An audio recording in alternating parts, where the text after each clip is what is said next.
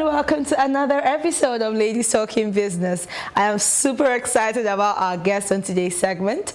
According to the National Bureau of Statistics, Nigeria's tourism sector accounts for 34% of our GDP and about 20% of the nation's employment creation in 2017, as this sector is capital intensive. While tourist attractions are a lot in the world's most populous black nation being Nigeria, there is still a deficit in the way these locations are showcased and maintained. In the studio with me today is Chiamaka Obuekwe, CEO Social Prefect Tours. Just as the name implies, Social Prefect, which is an award-winning Nigerian-based travel brand which organizes group tours, school excursions, corporate retreats, and holiday packages. I mean, who doesn't love holidays? She has been featured on several international platforms as well. Chiamaka, thank you so much for joining me in the studio. Thank you for having me, Irene. First things first, how did you venture into this and, more importantly, transitioning from corporate world to tourism? Okay, I would say that this sector chose me. Okay. Okay, well, first of all, how did I totally venture into it? I love to, I'm a Wakajibe, that's basically what you call me. I'm very adventurous and I love to visit places. I'm very inquisitive as well. I love to just find out what's new, places to go and all that. So that was basically how I developed the love for it. Then I was working my 9 to 5 and fortunately, what were you doing in your 9 to 5? I was in communications. Okay. Yeah, in a popular e-commerce company. Okay. And I'll say fortunately, there was a retrenchment. Oh. And yeah, I got affected. So basically, I was kicked. You were knocked out of the building. Yeah, not just me, we were quite a number, and basically that's how I fully ventured into tourism. And that's basically how, since 2015, I've fully focused on tourism. But before the retrenchment of which you were affected, did you at any point say to yourself, okay, I'm going to leave to start up my own business? Yes, I did say that. But when you're collecting salary, it's hard to leave. It's hard to leave that because you're saying, with this thing that I want to start, I was very, scared that this business I want to venture into, would it make money or would it be profitable? That was why I was, a bit scared to start out on my own. So when they finally kicked me out, it was like, okay, now this is your opportunity to start something on your own. So how did you feel at that point when you were kicked out of your organization? Because I'm sure a lot of people, some people that are listening right now have also been affected by such situation. Well, I would say I had mixed feelings, like every human being. I wouldn't lie to you and say it was all rosy, but I was happy actually because I'd wanted to leave. The working conditions were no longer conducive, exactly. Okay. And I already started this thing I was very passionate about. I'd already started, so I first started out blogging, and then because of the blog, I would visit places and talk about these places. That was how people got interested in the business we're doing, and then we organized a few tours before I finally left. So before I left and I'd organized some tours, people were already interested in what I was doing. So it was just a matter of when I'll venture into it full time. Yeah, exactly. Okay, we'll still talk about that bit. But I would like to know, did you have any background in tourism? What was your first degree? Yeah. It was in international relations. Okay. Not really related to tourism. I wanted to be a diplomat, but yeah. So. But I mean, now you're doing it full time, and you've been recognized by a lot of international media platforms as well, right? One would quickly assume that, I think she has had this background, or did you have to train yourself, school yourself from start to where you are right now? No, it's just purely passion, to be honest. Like from time to time, I read, I research in this field, and I try to also see what's happening in the markets, like what's my colleagues in the industry are doing, what's happening in the industry. But apart from that, I haven't taken It wasn't like you were the best in geography in school. No, no, I haven't taken any course in tourism or I didn't even have any prior business knowledge. So that thing you say about passion really works then? It works, but you have to learn you have to learn in the business. You have to learn while you're on the journey. Yes. You can't, just be doing it the same way you've been doing it from the beginning. You learn on the journey. So that's basically what has happened to me. I've had to learn, you know, go for seminars, kind of.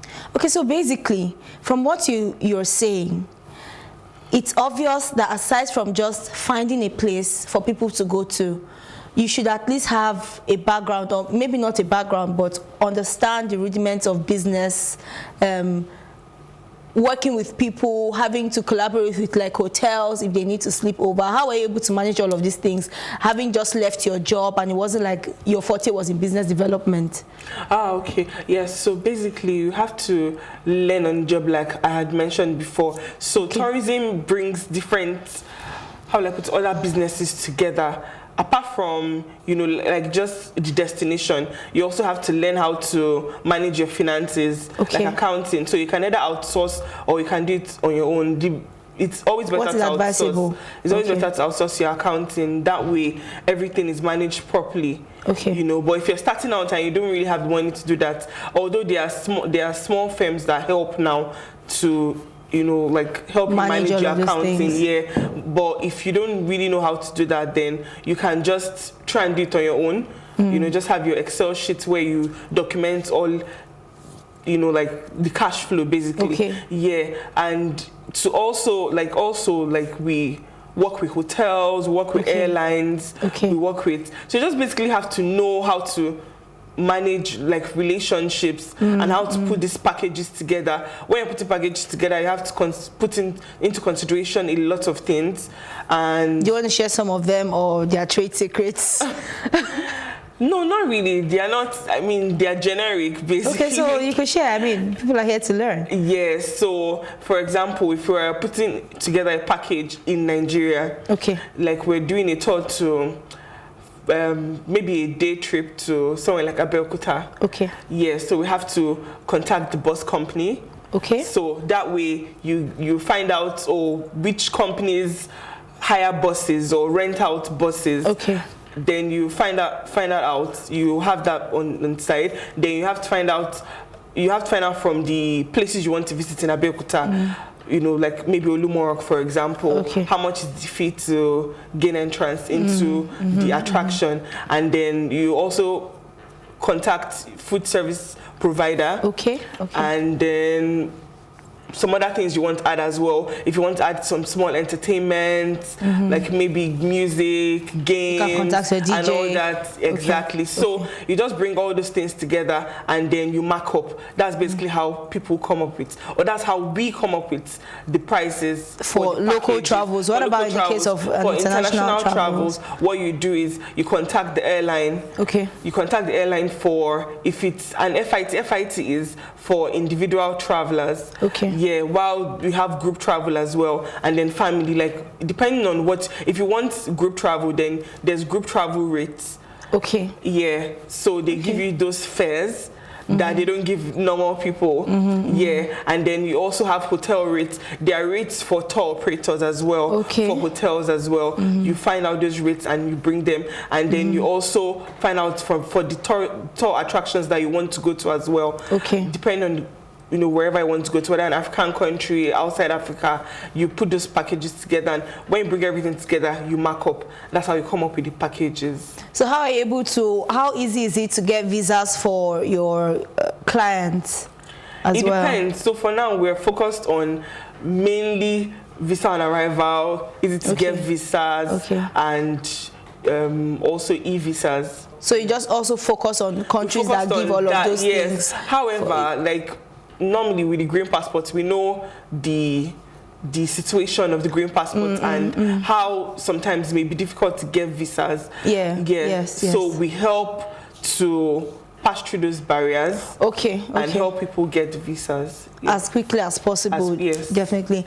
But one thing that people would also get concerned about, for example, if I want to start up a tourism business of some sort, is financial flows, financial investment. How are you able to start this up? Because I mean, it's not like passion without money when it comes to tourism. I don't know if I'm wrong, but I don't know how successful you would be if you don't have the cash flow. You need to move from point A to point B, and which requires money. So how did you manage to pull through all of those? Okay, so what I would say is, so this era of social media is like really good for businesses, especially for tourism, for a tourism business. So there are many people that can now start out. You can start small, and this is how. What's the definition of small? And this is how we started. So we started mainly with social capital. So what do I mean by that? So for example, I don't know if I mentioned earlier that we started with mainly Nigerian tours. Yes, you did. Yes, so we started mainly with Nigerian tours, and for that, how it worked is that we just put together these packages and put them out to people. You know, I was already going to these places, and for me, the funds I was using to go to this place was my salary that I was earning from at the time. Exactly. So you also need to be well paid, at least to an extent. At least you need to have a source of income, or you could. Don't borrow to travel, kind of. Yeah, exactly. Yeah, don't borrow to travel. It's not that deep. Yeah, so I started out with that, and that was when I started the blog, and people started asking if they could join these trips that I was going for. So there was already a need. Sometimes you have to identify a need in the market. What's the need in the market? And the need was people wanted group travel. Like they didn't know who to travel with. And they also wanted affordable vacations. Yes. And they also wanted to travel within Nigeria as well. But they were not sure of where to go. They were not sure of security as well. So we were able to assure all these things, at least to an extent. And that was why people wanted to go with us. So we put out the posters, we came up with the packages, put out the posters, and people joined. And at the beginning, we made them very, very affordable. So we had some, day trips anyways, packages of like 5,000 naira. Oh my goodness. 1,000 naira. Where was I? You know, where people could just come together, just go to a place that wasn't so expensive. But you still have fun and meet people, network, you know, and they enjoyed it. So those were the early days of marketing. What that did was that people were able to share their experiences, and then word of mouth is still the best form of marketing. In terms of consistency, how consistent were you at first, and how important is consistency when it comes to starting up a tourism business? Consistency is key. It's like very, very important. That's how people will remember you. So you shouldn't have a travel in January and the next thing is still November or something like that. Yes, you have to be consistent, especially at the beginning when you're building the brand. You have to keep going, keep pushing out. What window would you suggest? A month apart, 2 weeks apart, 2 months apart? You could do it monthly. Okay. Depending on your ability anyways, and your capability. And again, also it depends on your vision. You know, different tour companies are different. There's a particular tour company that they have tours just, I think, every quarter. So it really depends on your vision. And there shouldn't be any, you know, like looking at other people to see what they are doing. You should look carve at the a market, niche for yourself. But you should also carve a niche for yourself. Very true. You should carve a niche for yourself, and you should be focused on what your own vision is. And if your vision is to have only 3 tours in a year, so just be make it fantastic. Just make it exactly. Let it be very ensure they're quality trips, and you know people enjoy the experience, and that's basically it. All right, Chiamaka, interesting conversation. We'll take a quick break now, and when we return, Chiamaka will tell us more about Nigeria's appetite when it comes to traveling. Stay with us.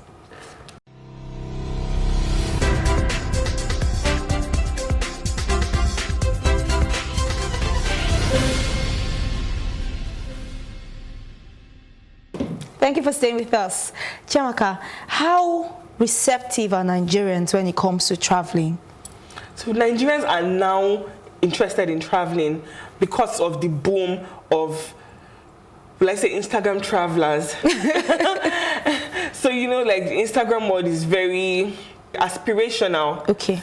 Yeah, so people aspire to be like others they're seeing on the gram. And so when we started, like we how will I put it, tour operators, new breed of tour operators that were touring places in Nigeria, Africa, and sharing the story online on social media. People started becoming inspired to also go to these places. So now Nigerians are very receptive to traveling. Like, you'll be shocked.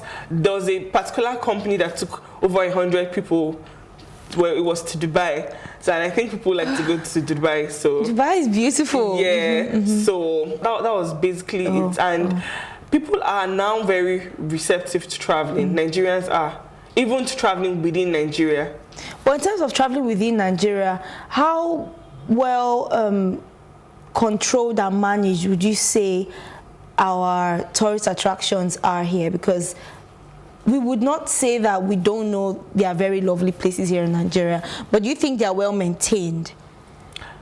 And what are the challenges basically that you face when it comes to carrying out tour operations here in Nigeria as against carrying the same kind of, you know, tourism attractions and all of that outside Nigeria?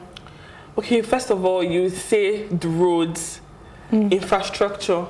So the roads are one major problem. Like, they are not good. So like, you find that road trips and many of these things, like from your destination to the point of the tourist attraction, you find that the roads to those destinations, leading to those destinations, are not good, and that discourages a lot of travelers. Then also at the destination, many times is not up to standard. And what we have in Nigeria mainly is natural attractions. We have waterfalls, we have hills, we have rocks, and people want to see these things. They want to hike, they want to, you know, just enjoy the beauty of nature. You know, nature is very blissful, lovely, and beautiful, and people want to actually genuinely enjoy these attractions, but many of them are not up to standard. And not only that, they are not up to standard, they're not being harnessed properly. You have these destinations, but no one is taking care of them. You have, you have, you know, like trash. It's not well cleaned around. It's not well cleaned. It's not properly maintained. So these are some of the things that discourages people from going there. And how does it affect your business, as it were? Well, we try to go to the places that are manageable. Quite manageable, you say? Quite manageable, yes. So have you been able to train people on this, your journey, or it's just an individual entity? How does it work? You mean people that work with us? Yes. We have a team that we work with, and we've been able to train them in the business. So, and how long should a newcomer in this business, for example, how long should he or she expect to break even? Or they never break even? No, you will break even. Okay. You will break even. So it depends on what or how much you invest in the business. I would say, like, for starting out, focus on social media online. Have a website, have good social media presence, grow your brand online, and get people to trust you. Start out small, because you don't start out with, well, not everybody, but I wouldn't advise anyone to just start out with opening a big, gigantic office with like lots of costs. No luxury to start with, basically. Yeah. Start small so that you can focus, you know, your financials on other things, you know, because there are so many things to spend money on. A lot of expenses. There are lots of expenses. Yeah, so when you focus on the right thing, then business will grow faster than if you're focusing on luxury. Okay, but then in terms of traveling, what would you say it does to an individual? Traveling is amazing. It's, you know, like, it's therapeutic, basically. You just took the word out of my mouth. Yeah, it is therapeutic. It helps you to how will I put it now? Can I say I'm finding It's a feeling. You need to experience it. It's beyond just saying it. Yes, you need to experience it. You know, they said there's a quote that says that traveling is a book, and those who do not, life is a book, and those who do not travel read only one page. You have to see the world, and you can start by seeing something is it's expensive when I've not finished eating, when I've not finished going to school. You're right, but you have to start with your environment. You can just take a walk. Not a walk actually, but you can. A trip to the next neighboring state or something. Neighboring states, just it feeds your inquisitiveness, and it helps you also relax. Traveling helps you relax. It helps you refresh. Yeah, it gives you new ideas. Whenever you feel like you're on the brink of a burnout, just take a trip or eventually everybody gets to that point, and really. And it can be a staycation. There's some resorts in Lagos, there's some resorts in other parts of Nigeria, or you can just go to a hotel and maybe a waterfall or something, and you just give you new ideas to refresh. Come and back you come again. back, you come back more alive, happier than you did. Oh, and finally, before we go, what are those key ingredients, if you'd allow me to use the word for cooking here, that you would say would help any operator or individual who wants to start off in this line of business? Okay, one is consistency. You have to be consistent in this business, because sometimes it gets tiring, to be honest, and it's, like, it gets repetitive. You don't want to keep doing the even same traveling thing. Yeah, because the thing is, you have to also study the market, and Nigerian markets, many people do not like certain destinations. That's why everybody is running to Dubai, because they like the big city life, flashy cars and all that.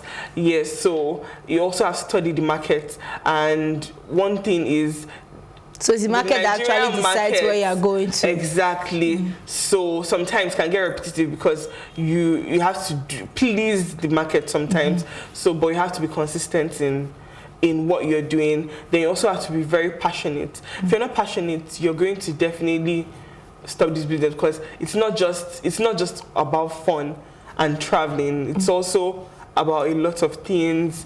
You have to know how to handle people. You have to have good customer service. I wish you had more time to talk about that. Exactly. You have to have good customer service skills and all. And that thing again is customer service, breaking out from when I talked about passion. Your customer service skills have to be really good, because people are going to get on your nerves. You're serving people. So in serving people, you have to have good customer service. All right, unfortunately, we are out of time, but thank you so much for joining me in the studio today.